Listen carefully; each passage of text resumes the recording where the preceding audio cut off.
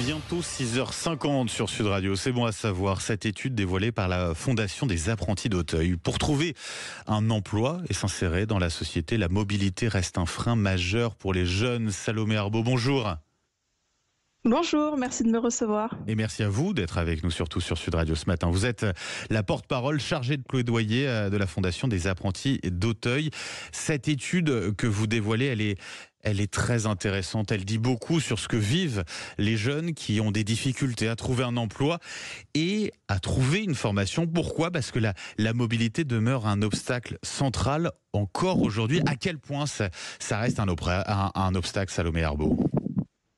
Oui, tout à fait. Donc, Apprentis d'Auteuil, c'est une fondation reconnue d'utilité publique qui accompagne des jeunes en difficulté. Et aujourd'hui, Apprentis d'Auteuil publie son 5e baromètre dédié à des questions d'éducation et de jeunesse. Et cette année, le baromètre, il est dédié à la mobilité des jeunes.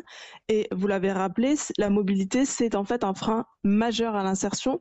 Ce qui ressort du baromètre, c'est qu'on a 3 jeunes sur 4 qui ont déjà renoncé à un emploi ou une formation en raison des difficultés de mobilité. C'est énorme. Et ce qu'on voit, c'est que c'est énorme et sont particulièrement importantes pour les jeunes les plus éloignés de l'emploi, les jeunes qu'on appelle NEET, puisqu'ils sont 83% d'entre eux à être empêchés dans leur insertion du fait de ces difficultés-là. Donc la mobilité, c'est vraiment une question centrale. De quels jeunes vous parlez exactement ?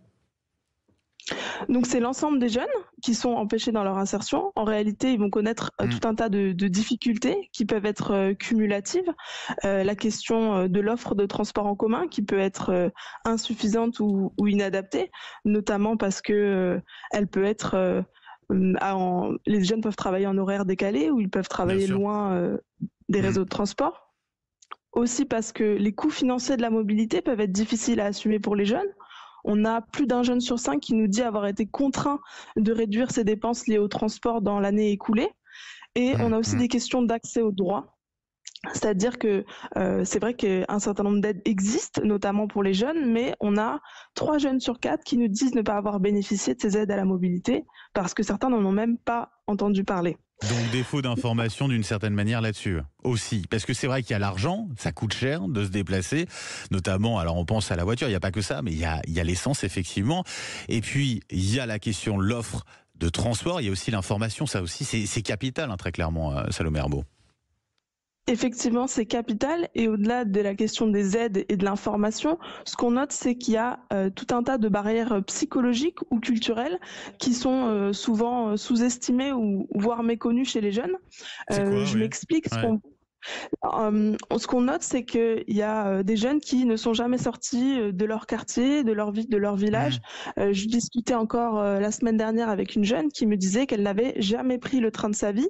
En fait, les jeunes peuvent être aussi stressés au quotidien du fait de prendre la voiture, de prendre les transports en commun. Certains ne savent pas regarder des horaires sur une application de transport. On a dans l'étude d'Apprentis d'Auteuil 52% des jeunes qui nous disent qu'ils se sont déjà sentis perdus ou déboussolés dans les transports. Donc ce qu'on voit, c'est que la mobilité, c'est aussi une compétence et une compétence qui s'apprend et qui s'accompagne.